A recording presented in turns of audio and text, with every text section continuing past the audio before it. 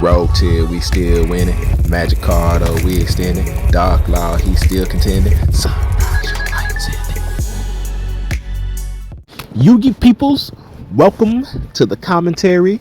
We got some more of that branded hero OTK for you today. I've been having a lot of fun with this deck. There are just like so many ways to find lethal. But alright, this first duel here, as you can see, I opened up with like no going second cards at all. It was pretty crazy, but like this deck, you know, it still does okay in certain situations like that, and this will be one of those certain situations. As y'all can see, I most likely won the die roll on this one, and since it's going second deck, I made him go second, even though it turns out his deck was a going second deck. When he starts doing Numeron stuff, and I'm like, oh my god, another one that's unaffected by monster effects. So yeah, as we learned with the Blackwing Sword Soul deck, we kind of have a problem against this deck. So I go Branded Fusion. You know, he has the Ash Blossom for it, but you know, it's kind of fine. Once again, I opened up with Miracle Fusion. Like, I swear they keep putting that card in my hand on purpose, but I drew both Shadow Mist also, so this hand was just not optimal at all. But like, one of the things I like about it is that I have the Guardian Chimera off in here now, which I wasn't running in my original version or so.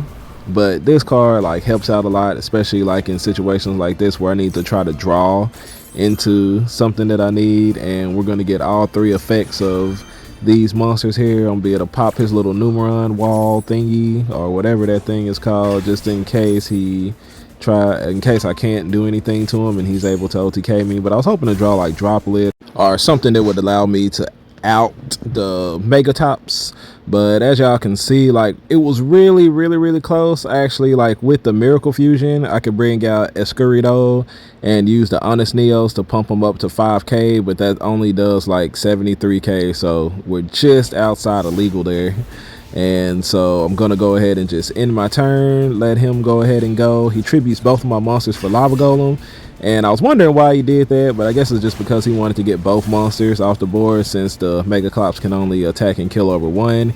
He goes ahead and sets 2 back row, which I was just like, there's no way he drew like 2 good trap cards. You know, how come he didn't set one the first time? So he actually drew the Solemn Judgment when I go Lightning Storm, so he's gonna Solemn Judgment on my Lightning Storm, and then I just figured that that's just like a bluff down there because he didn't set it the going first, and so I just figured like, hey, we're going for it. So I go for the Ab-Zero play by summoning the Liquid Soldier, and if you do that, don't forget you cannot activate his effect to special summon a hero, because then you can't activate his effect to draw 2.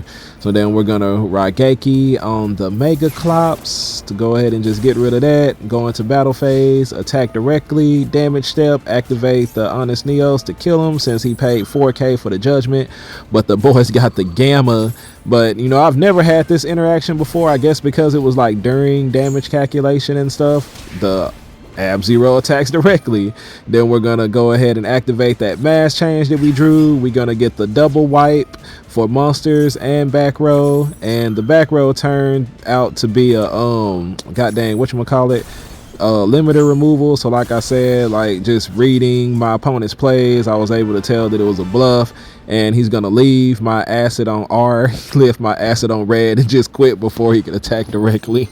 So moving right along here into the next duel, we draw like that opening. This hand is just like so good. We got the Feather Duster, we got the Lightning Storm, we have the Hero Lives, and we're playing against, like, I keep seeing this deck quite a bit. It's Dragon Maid, branded Dragon Maid. So yeah, I was wondering why they were doing this, but I guess like because they have a dragon on the board, they're able to use that spell card, the changeover or whatever, to bring out the Omni Negate Shiho, which actually doesn't seem too bad. But the deck overall, I don't know, it's just pure branded Despia is probably just better. We also draw the mass change. We're gonna Feather Duster here to get rid of the back row. I assume there's probably Dragon Maid Tiding, but it ends up being Imperm. Then we're gonna Lightning Storm just to get that monster off the board.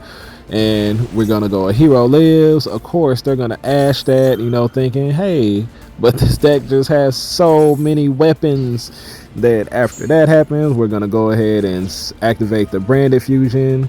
We're gonna send the Shadow Mist, send the Fallen of Albaz, and this will give us access to Vion or Liquid Soldier, however we choose to do it. We're gonna go ahead and activate Shadow Mist Chainlink 1, Chainlink 2, Lebellion, and then Chainlink 3, for some reason he goes Mirror Jade. And this just kind of tells me that he's one of these people that see that Branded Despy is like one of the best decks, and let's just copy this even though we don't know what they're doing, because obviously he doesn't know what his own cards do. And he banishes my Lebellion, but it doesn't matter to them at all because he uses banish cards. So we're gonna go ahead and add the Liquid Soldier there, activate Albion's effect, getting rid of the Liquid Soldier and the Shadow Mist to go ahead and make our Sunrise, and then we're going to activate the Graceful Charities effect, activate Sunrise's effect, Chainlink 2. So we're going to add that Miracle Fusion, and we're going to draw 2 and discard 1. Go ahead and throw away the Vion, summon the Alibur, which I was going to go get branded in red, which I did add to this deck, and it's I like it so far. I pretty much like the changes that I've made to the deck so far. Like, it's running pretty good. There just are those times where you're just not going to draw any going second card. And now going into this next duel, we got that one going second card. We got the Call by double branded opening and Dramaturge, or I think that's the Dramaturge. I can't remember which one I put in the deck, but again, it's just Dragon Maid branded deck, and like I think his version ends up doing like a little bit better because he's got the changeover. So we're gonna get to see like their like kind of like full thing here, but it's pretty good. I actually drew a going second card. I got the drip, so it doesn't kind of really matter what he does here. We're getting in there. I don't know why he has that branded card off in there. I wish I knew more about this deck. It actually seems pretty cool to me, but there goes the changeover for the Lebellion and the Dragon Maid, because like I could just see, like, you know, you have the changeover, you probably have the Dragon Maid Titan, you got Yugioh, you got Mirror Jade. Yeah, so it doesn't seem bad. And then he gets to add back the Ecclesia back to his hand, and he gets to add back the Quick Play spell card back to his hand, branded in High Spirit. So, you know, it doesn't seem too bad. It just sucks that he ended up playing against this, and y'all see the Dark Hole come out there. So it's like now the Dragon Chambermaid comes back out, and she goes to go search, you know, more stuff, and like that's pretty stacked. But Dark Hole just comes down. It's gonna ruin his day. He's got the Yugioh, but we're gonna chain the drip to get rid of the droplet, and we'll be able to negate the Yugioh's effect. He's gonna chain Mirror Jade, send in the Tri-Brigade thingy, and he's gonna train Tiding. I'm not sure why he chained Tiding here.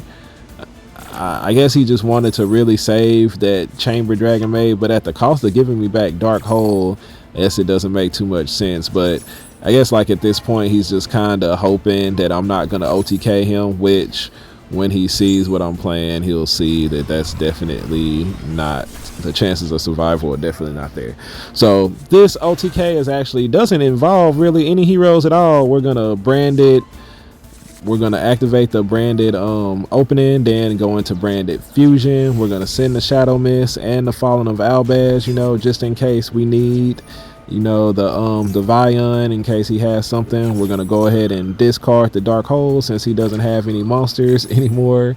He gave me back that free discard. We're gonna use those to go ahead and bring out the Albion, get the Vion to our hand with the Shadow Mist. We're gonna use Albion's effect to fuse the Dramaturge and the Alibur to go ahead and make the Masquerade Dragon to, you know, even further limit his options in case he lives through this.